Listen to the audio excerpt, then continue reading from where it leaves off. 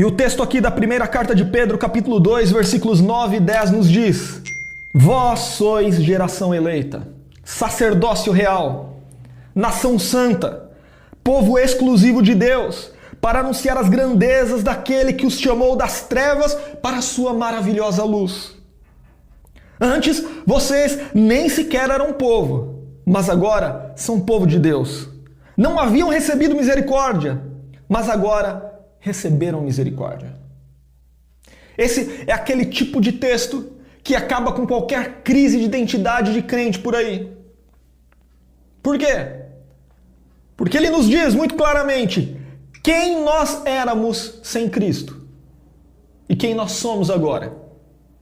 Antes, não éramos povo, mas agora somos povo de Deus. Antes, não tínhamos misericórdia, não tínhamos recebido misericórdia da parte de Deus, mas agora somos alvos da misericórdia divina. E o que significa ser povo de Deus? Ser alvo da misericórdia do Senhor?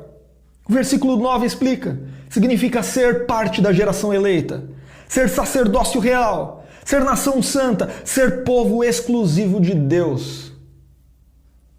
Eu tenho certeza que todos vocês, pelo menos alguma vez, já ouviu alguém se perguntando: qual é o meu chamado?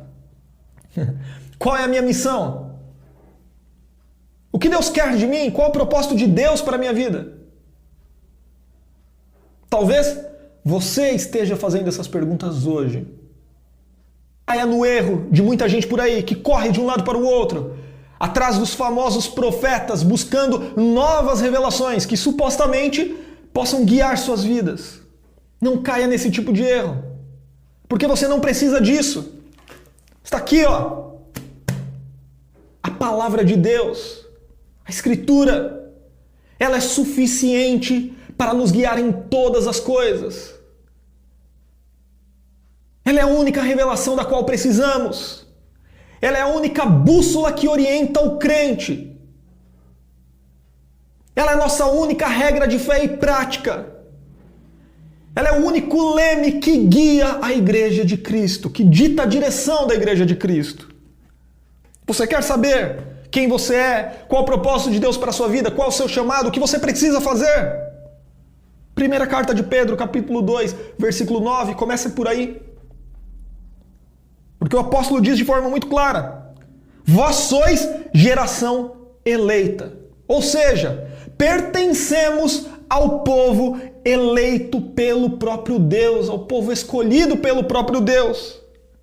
Por sua graça, por seu amor, Deus nos escolheu dentre todas as pessoas da terra para sermos a sua igreja. Então, sim, qualquer crise de identidade, qualquer crise existencial pode ser resolvida diante dessa verdade tão sublime. Você está enfrentando alguma crise existencial hoje? Lembre-se das palavras de Jesus.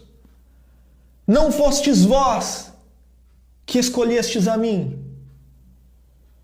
mas fui eu que escolhi a vós outros. João capítulo 15, versículo 16.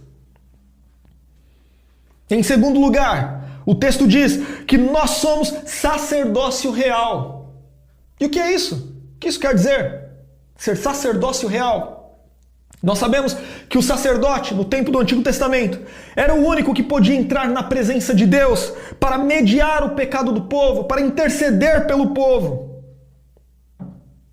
E Pedro usa aqui o conceito do sacerdócio real, que é algo ainda mais elevado, algo presente numa profecia lá em Êxodo capítulo 19, versículo 6, onde através de Moisés Deus disse a Israel: vós sereis para mim um reino de sacerdotes e uma nação santa. Um reino de sacerdotes.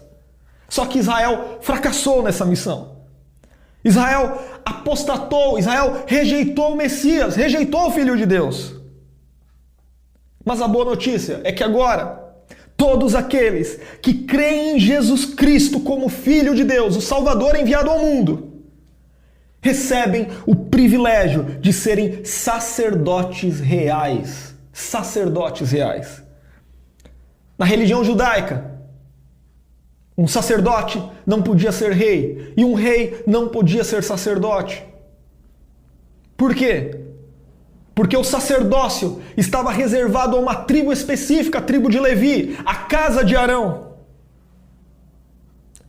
Só que Cristo é o nosso rei e sacerdote, conforme nós lemos em toda a epístola aos Hebreus, conforme nós lemos no Salmo 110, conforme nós também lemos em Zacarias capítulo 6, versículo 13, onde o profeta nos diz o seguinte, através do profeta o Senhor diz, será revestido de glória, falando aqui de Cristo, do Messias, e assentar-se-á no seu trono e dominará, e será sacerdote no seu trono.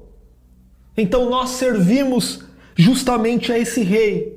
E nós somos o próprio sacerdócio no sentido de que nós temos o privilégio de entrar na presença de Deus por intermédio de Jesus Cristo, nosso sumo sacerdote para todo sempre. Nós temos livre acesso à sala do trono de Deus, à presença de Deus, não porque somos bons, porque somos capazes, mas pela justiça de Cristo, pelos méritos de Cristo. E em terceiro lugar, o apóstolo diz que nós somos nação santa. Então nós somos geração eleita, somos sacerdócio real e somos também nação santa. E o que isso significa? Significa que nós fomos separados para servir a Deus. Somos consagrados a Deus, nação santa, somos consagrados a Deus, somos a nação consagrada ao Senhor. Isso significa que nós temos o privilégio de servir a Deus, de ter comunhão com Deus. E essa é a nossa real ocupação. Servir a Deus é a nossa real ocupação. O que Pedro está dizendo aqui é que nós somos escolhidos por Deus para salvação e santificação. E em quarto lugar, Pedro diz que nós somos povo de propriedade exclusiva de Deus. Povo de propriedade exclusiva de Deus. Isso é incrível, porque isto nos mostra que nós não estamos desgarrados. Não estamos desgarrados. Nós não pertencemos a qualquer um. Não. Nós temos um dono. Nós somos propriedade do próprio Deus. Propriedade do próprio Deus. Significa então que nós somos um bem precioso para Deus. Como assim nós somos um bem precioso para Deus? Não se engane. Não é porque há valor em nós mesmos, em nossas próprias qualidades, em nossa própria natureza, não é isso. Nós somos um bem precioso para Deus porque nós fomos comprados pelo sangue de Jesus Cristo. Inclusive, Pedro aqui, ele coloca ênfase no fato de que nós somos exclusivos de Deus. Isso significa que Deus não nos divide com ninguém. Somos só dele. Somos só dele. Não há repartição aqui. Não há repartição. E Pedro aqui, para enfatizar essa ideia, ele emprega uma expressão grega que indica uma preservação contínua. É como se Pedro aqui ele está tentando mostrar a ideia de que Deus diz que ele preserva o seu povo para si mesmo, continuamente. É um ato de tomar posse continuamente, sem cessar. Deus nos preserva a todo tempo, intensamente. Porque nós fomos, novamente aqui, comprados pelo sangue de Jesus Cristo. Somos valiosos porque nós pertencemos a Ele. Tudo bem. Então nós somos geração eleita, sacerdócio real, nação santa. povo de propriedade exclusiva de Deus. E o que nós temos que fazer agora? Qual é o nosso chamado? Qual é a nossa missão?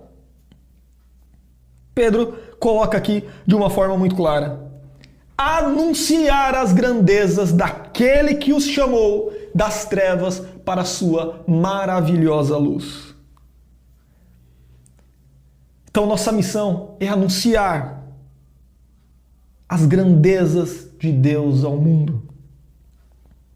Inclusive, a palavra que Pedro emprega aqui, que é traduzida como grandeza, como virtude ou como obras, depende aí da versão da Bíblia em português que você está usando, era um termo muito utilizado naquela época que se referia aos atributos e qualidades de algo ou de alguém. Colocando aqui de forma prática, isso significa que o texto está nos dizendo é que nós temos que proclamar os feitos, o poder, a glória, a sabedoria, a graça, a misericórdia, o amor, a santidade de Deus ao mundo. E como nós fazemos isso? Através da nossa conduta, através das nossas palavras. Nós devemos testemunhar que somos filhos de Deus. Devemos testemunhar que somos da luz e não mais das trevas. Porque foi Deus quem nos chamou para ocupar essa posição privilegiada. Então nós não podemos nos calar. Nós precisamos anunciar o Evangelho de Cristo. Nós precisamos deixar transparecer o que Cristo fez por nós. Então, se você está perdido hoje com relação à sua missão, ao seu chamado, ao seu propósito de vida, saiba que essa é a sua missão. Você tem a responsabilidade de ser o embaixador dos atributos do próprio Deus na terra. Você tem a missão, o propósito, o chamado de anunciar, de proclamar, de fazer conhecido os maravilhosos feitos de Deus. E aqui há uma reflexão muito séria que todos nós devemos fazer diante de uma verdade tão incrível. Será que nossa conduta, olhando agora para nossas próprias vidas, será que nossa conduta está de acordo com essa missão? Você deve fazer essa pergunta aí para você mesmo. Será que Cristo está sendo revelado através de sua vida? Será que suas palavras estão de fato apontando para a obra redentora de Jesus Cristo na cruz? Será que você está mostrando ao mundo que agora você vive na luz?